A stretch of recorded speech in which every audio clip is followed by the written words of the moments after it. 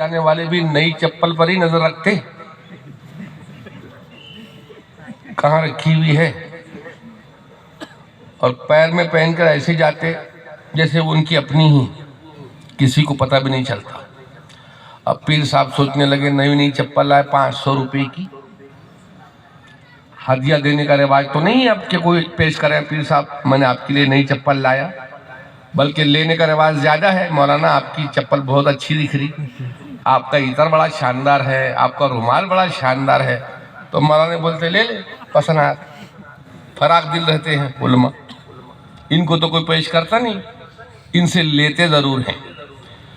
तो पीर साहब के साथ में उनका मुरीद भी था। अब स्टेज पर बैठे बैठे ऐसी कुर्सी पर आकर बैठ गए मिंबर पर, अगर बोलेंगे मियाँ मुरीद से बेटा जरा ख्याल रखना नई चप्पल का, तो लोग भी बोलेंगे पीर साहब चप्पल के ख्याल में डूबे हुए। तो इन्होंने बड़े अच्छे अंदाज में बात कही ताकि मुरीद समझ जाए। अब सोच भी रहे हैं कि समझ गया तो समझ गया, हो गई हिफाजत, और अगर नहीं समझा तो गई चप्पल।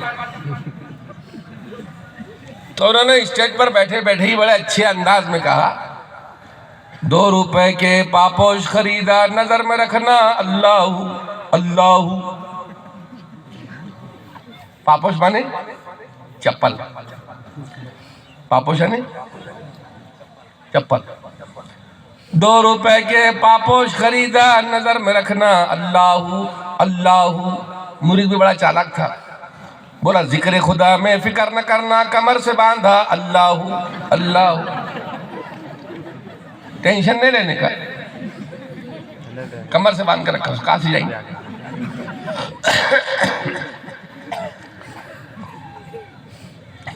उस पर से याद आया मुझे बैठे आखिरी पर, कहीं ऐसा तो नहीं हो अपनी चप्पल की हिफाजत के लिए बैठे। मुफ्ती अतर साहब बोले वो अपनी चप्पलों की हिफाजत कर रहे। मैंने कहा कोई बात नहीं, बुला लेते आगे। और हम तो फिर कोई आए ना आए सामने, हमने भी जब ठान लिए कि आपको सुनाना ही है तो फिर हर हाल में। पठान साहब ने देख लिया एक जगह होटल पर बोर्ड लगा हुआ, जो हमारे होटल की 100 रोटियां खाएगा उसके पैसे भी नहीं लिए जाएंगे और 100 रुपये इनाम दिए जाएंगे।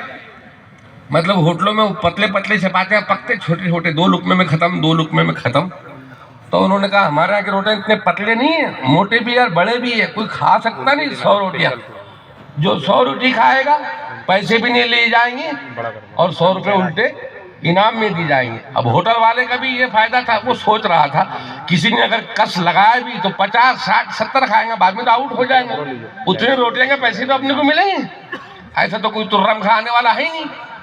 लेकिन एक आ गया शेर, उसने जो पढ़ा, सुभान अल्लाह, तूने देखा अल्लाह आज रहम का मामला है। चलते हैं, शुरू करते हैं, बिस्मिल्लाह। ला भाई 10 रोटी सालन, फिर 10 रोटी सालन, 10 रोटी सालन।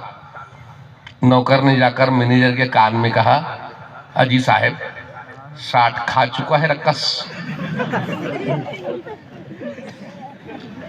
60 खा गया, 40 ही बाकी है, और पेट का कुछ उभार दिख भी नहीं रहा, अभी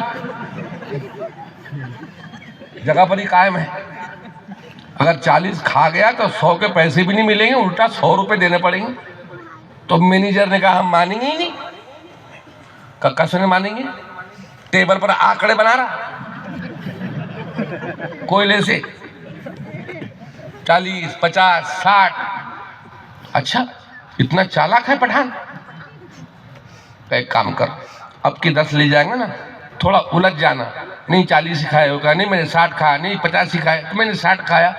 जब तक तुम आपस में बहस करेंगे मैं आ जाऊंगा, मैं जब उससे बात करूंगा तूने नीचे कपड़े से मिटा देना लिखा हुआ, सबूत रहेगा ही नहीं। उसने ऐसे ही किया। पठान साहब बोले रोटी, उसने 10 और लाया। बोले पठान साहब कितनी हुई? 70 हो रही है। 70। नौकर ने कहा नहीं 70 कुछ नहीं, 40 ही हुई, मैंने 4 बार तो लाया, आप 70 कैसे बोल रहे? नहीं नहीं भाई 70, 60 खाया भाई, 10 अभी बुलाया। नहीं नहीं आपने 40 ही खाया। वो जब बहस चलने लगी तो मैनेजर कुर्सी से उतर कर आया और कहने लगा भाई क्या बात पर झगड़ा हो रहा है पठान साहब, तुम्हारा नौकर अजीब आदमी है, मैं बुला रहा हूँ 10, 20, 30, 40, 50, 60 6 चक्कर ये लगा चुका, 7वें चक्कर के लिए गया 10 रोटी लाया, अब ये मेरी 70 हो रही है, ये कहता 40 ही हुई, 50 ही हुई। उतनी देर में वो नौकर ने नीचा कपड़े से साफ कर दिया। तो मैनेजर कहने लगा, भाई पठान साहब, वो नौकर है, भूल हो सकती है उससे, आपने तो सबूत कुछ रखा होगा, आपको तो मालूम होगा कितने खाई। अजी मैंने याद क्या रखा, सबूत रखा है, टेबल पर लिख कर रखा, देखो टेबल पर लिखा हुआ। अब वो टेबल पर देखे तो मिट गया था। पठान साहब ने देखे, ओहो आपके नौकर ने मिटा दिया। खैर कोई बात नहीं, डबल से शुरू करो, डबल से शुरू करो, अब से शुरू करते हैं।